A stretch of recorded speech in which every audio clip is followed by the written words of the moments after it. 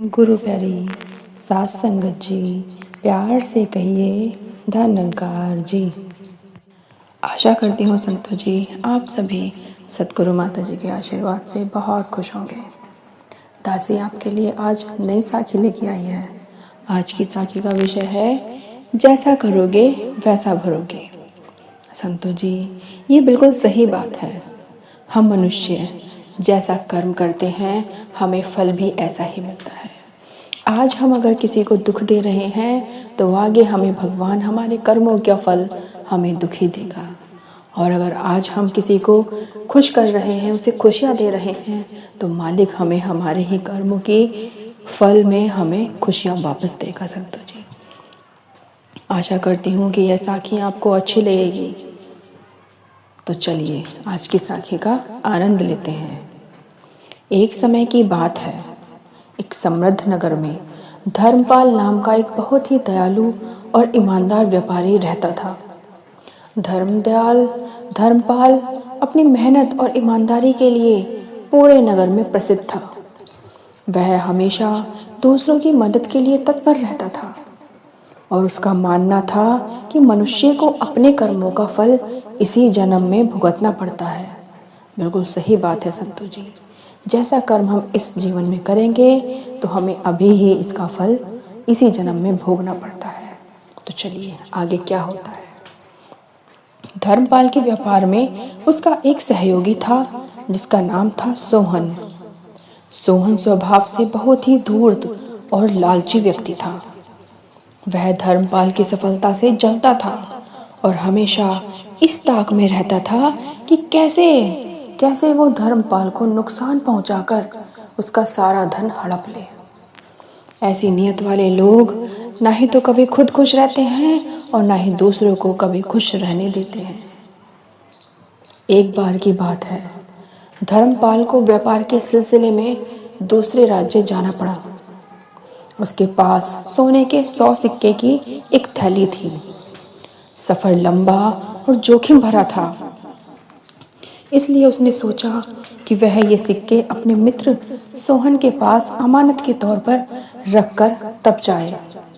तो संतों जी धर्मपाल सोहन के पास गया और बोला, हे मित्र सोहन, मैं कुछ महीनों के लिए बाहर जा रहा हूँ। यह मेरे जीवन भर की कमाई है। क्या तुम इसे मेरे आने तक सुरक्षित अपने घर रख सकते हो? संतों जी धर्मपाल को ये नहीं पता था कि उसका मित्र सोहन कैसा लालची और वो उसको कितना नुकसान पहुंचाना चाहता है। क्योंकि धर्मपाल तो अच्छा इंसान था, क्योंकि अच्छे इंसानों को सब अच्छे ही दिखते हैं और बुरे इंसानों को हर समय हर कोई बुरा ही दिखाई देता है। तो इस प्रकार से सोहन के मन में पाप आ गया। वो मन में सोचने लगा, अरे वाह कितना अच्छा अवसर दे रहा है ये मुझे धर्मपाल, अब तो बहुत मजा आएगा। लेकिन उसने ऊपर से बहुत ही मीठा बनकर कहा, अरे भाई धर्मपाल, तुम कैसी बात करते हो? तुम मेरे बहुत अच्छे मित्र हो। तुम बेझिझक होकर ये सिक्के मेरे पास छोड़कर जाओ। जब तुम आओगे तुम्हें ये वैसे के वैसे ही मिलेंगे। तुम चिंता मत करो और ना ही किसी बात की टेंशन लेना, ना ही किसी बात की परेशानी करना। मैं तुम्हारा दोस्त हूँ, तुम्हारी हर एक चीज़ का अच्छे से ध्यान रखूँगा। धर्मपाल ने सोहन पर विश्वास किया और वह थैली उसे सौंपकर अपनी यात्रा पर निकल गया।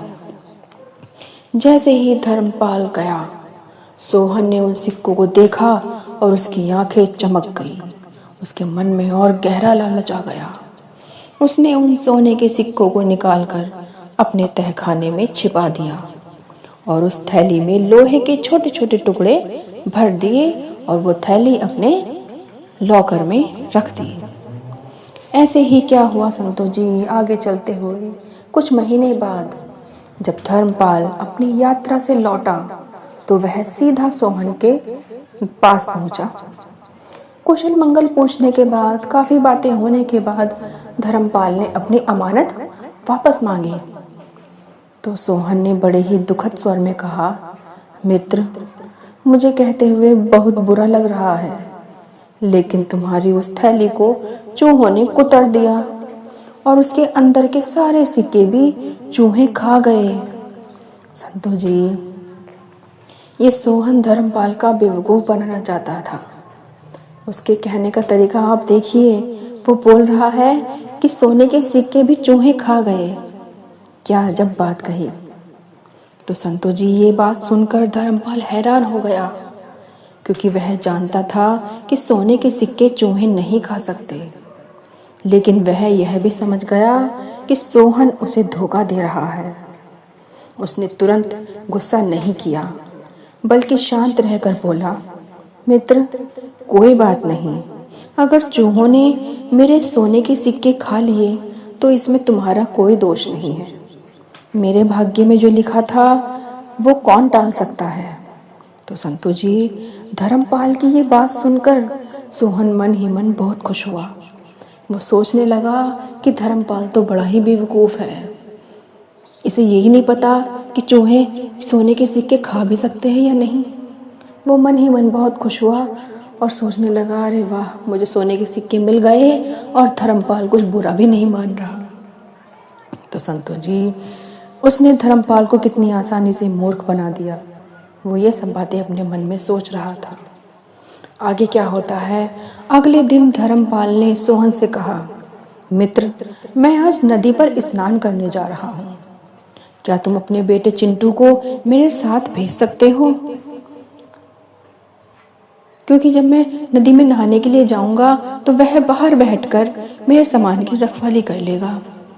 तो इसी प्रकार से सोहन ने अपने बेटे को धर्मपाल के साथ भेज दिया। तो संतो महापुरुषों जी, धर्मपाल ने सोहन को अकल सिखाने के लिए ये एक चाल चली। तो धर्मपाल सोहन के बेटे को अपने साथ लेकर गया। साथ लेकर जाने के बाद, स्नान करने के बाद, धर्मपाल ने सोहन के बेटे चिंटू को एक गुफा में छिपा दिया और बाहर से एक बड़ा पत्थर लगा दिया। अब वह अकेले ही सोहन के घर पर लौटा। तो सोहन ने जब चिंटू को धर्मपाल के साथ नहीं देखा तो उसने घबराकर पूछा, अरे धर्मपाल, मेरा बेटा कहाँ है? वो तुम्हारे साथ भेजा था मैंने। तो धर्मपाल ने रोने का नाटक करते हुए कहा, अरे मित्र, क्या बताऊं, बड़ी अनहोनी हो गई है, बहुत अनहोनी हो गई है। जब मैं नदी में नहा रहा था तो अचानक एक चील आसमान में आई और चिंटू को अपने पंजों से दबाकर उड़ गई। सोहन चिल्लाकर बोला, झूठा, सरासर तू झूठ बोल रहा है। क्या कभी कोई चील इतने बड़े बच्चे को उठाकर ले जा सकती है? धर्मपाल ने शांति से उत्तर दिया, मित्र सोहन, अगर इस नगर के चूहे सोने के सिक्के खा सकते हैं तो यहाँ की चील एक बच्चे को भी उठाकर हवा में उड़ सकती है। तो संतो महापुरुषों जी, धर्मपाल ने सोहन को सीख सिखाने के लिए, उसको अकल सिखाने के लिए कितनी अच्छी सोच सूझी, कितना अच्छा कार्य किया। इसी प्रकार से सोहन तुरंत समझ गया कि धर्मपाल को उसकी चोरी का पता चल गया है। अब वह अपने बेटे के लिए धर्मपाल के पैरों में गिर गया और अपनी गलती की माफ़ी मांगने लगा। उसने तुरंत तहखाने से धर्मपाल के सोने के सिक्के की थैली निकाली और धर्मपाल को सौंप दी। इसी प्रकार से धर्मपाल ने भी गुफा से चिंटू को निकाला और सोहन को सौंप दिया। तो संतो महापुरुषों जी, धर्मपाल चाहे कितना ही सीधा और सादा इंसान हो, लेकिन उसने अपने दोस्त सोहन को सीख सिखाने के लिए बहुत अच्छी चाल चली। सोहन को उस दिन के बाद बहुत बड़ी सीख मिली। उसने समझ लिया कि जैसा हम दूसरों के साथ करते हैं वैसा ही हमारे साथ भी होता है। बुरे काम का नतीजा हमेशा बुरा ही होता है। संतो जी, इस कहानी से हमें यही शिक्षा मिलती है कि हमें कभी भी किसी के विश्वास को ठेस नहीं पहुंचानी चाहिए और न ही लालच में आकर गलत काम करना चाहिए। हमारे कर्म ही हमारे भविष्य का निर्माण करते हैं। जैसा बीज बोएगा बंदे वैसा ही फल पाएगा। बिल्कुल सही बात है संतो जी, जैसा हम बीज बोएंगे वैसा ही फल पाएंगे। जैसे कि मान लीजिए अगर हम सेब का पेड़ बो रहे हैं तो हमें सेब ही का फल ही मिलेगा, उस पर हमें अनार नहीं मिल सकते संतों जी।